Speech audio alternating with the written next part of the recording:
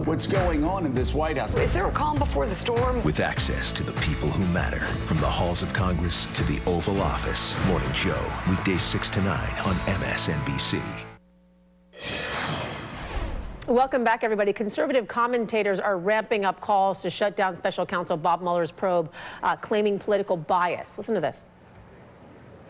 There is a cleansing needed in our FBI and Department of Justice. It needs to be cleansed of individuals who should not just be fired, but who need to be taken out in handcuffs. Mueller's probe is a total political sham. It's a witch hunt. It needs to be shut down immediately. Mueller has been using the FBI as a political weapon, and the FBI has become America's secret police. Mueller is frankly a disgrace to the American justice system and has put the country now on the brink of becoming a banana republic. Secret surveillance, wiretapping, intimidation, harassment, and threats. It's like the old KGB. Any officials or lawmakers who continue to permit this conduct by the special counsel, unlimited budget, unlimited time, no deadlines, no responsibility, no consequences.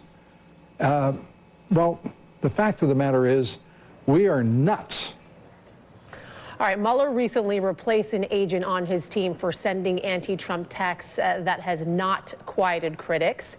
The president calling the system sick and recently criticized the FBI in a tweet claiming the agency is, quote, in tatters. So let's get into this. I'm joined in studio by former Assistant Special Watergate Prosecutor Nick Ackerman, and in Seattle, Naveed Jamali, MSNBC contributor, former double agent, and author of How to Catch a Russian Spy. Nick, I'm going to start with you. So let's talk about sort of this replacement of this FBI agent. Had sent what was characterized as anti-Trump tweets, or texts, excuse me, to an FBI lawyer who was on Mueller's team. That person has since left Mueller's team to return to the FBI. Has the investigation been compromised because of this? Not in any way. I mean, he was removed because Mueller wants to have as clean an operation as he possibly can. Anybody who steps out of line, anybody who says anything that would cast any doubt on the fairness and integrity of that investigation, he has every right to get off the team, and that's what he did. So what everybody's complaining about, I mean, this is the exact same attack that was made on Archibald Cox when he was appointed Watergate special prosecutor during the Nixon era. They said the same thing. Cox had been the Solicitor General, had been appointed by John F. Kennedy, and all they could say was he was a Democrat. He was appointing a bunch of Democrats to investigate Republicans. It was the same kind of drumbeat that you would hear. But I can tell you from firsthand experience, this was a totally proper and impartial investigation, and politics played no part in it, and there is no indication that politics is playing any part in this Mueller investigation. But what's the conversation that goes on between Mueller and this now removed FBI agent? Because that person has got to know that people are watching, and that you can't, if you're on this investigation, you can't send texts like that to a lawyer who's on the Mueller investigation. It doesn't make sense. Like, why did this even happen? I think it's just poor judgment. I mean, sometimes you hire people to do a job, and they just don't exhibit the right judgment. Just like James Comey didn't exhibit the right judgment when he made all those statements about Hillary Clinton's email investigation. Right. I mean, there are times when people go out of bounds, and if they do, they ought to be taken to task and removed. And that's what Mueller did. Yeah. Naveed, let's talk Christopher Wray testifying before the House Judiciary Committee Thursday, and he was grilled about political bias in the FBI. Let's take a listen. Are you aware of any of the following people openly aligning themselves with the political bias expressed by McCabe or openly speaking against this administration? First, Carl Gattis. I'm going to quarrel a little bit with the premise of your question about Deputy Director McCabe. All right. As far as Executive Assistant Director Gattis, as I said, he's been a complete professional, and by that I mean to include Have you heard him open aligning himself with political bias against the Trump administration? No. Josh Skule? No. Larissa Mincer?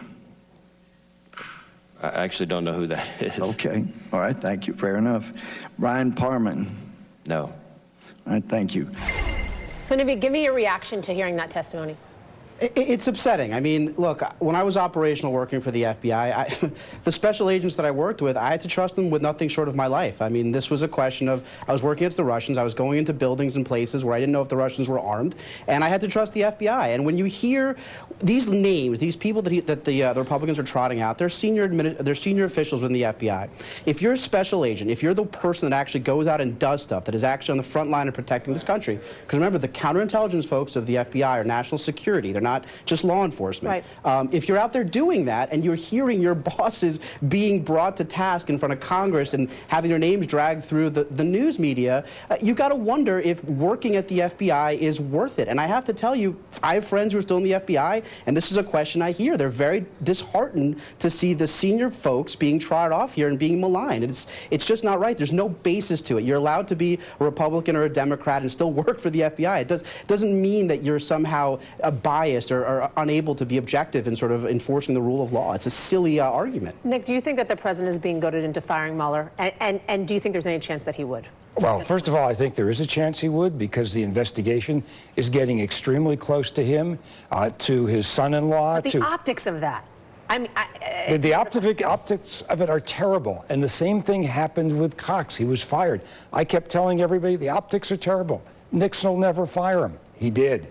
I think what's happening here is, on a general overall basis, what we're seeing is the President of the United States making a concerted effort to undermine our normal rules of law, undermine his own Department of Justice, undermine our justice system. I mean, this is unprecedented. Even in Watergate, nobody went so far as those people that you played at the beginning of this segment, who are really calling into question the entire integrity and fairness of our legal system when there is absolutely no basis to question it. Everything that Mueller has done has been above board. It's been proper. The indictments have been proper. The investigative techniques he has used have all been proper techniques, have been overseen by the Deputy Attorney General. They're the normal techniques that every prosecutor uses in any white-collar investigation. Yeah, and up until this point, Mueller had support from across the aisle, both Republican and Democrat, and then it started to waver. Well, it started to waver because you have a president who's pushed a couple people to waver. That's the problem. All right, Nick Ackerman, Naveed Jamali, thank you both for joining me. By the way, the President Trump robocall for Roy Moore was just released. We're going to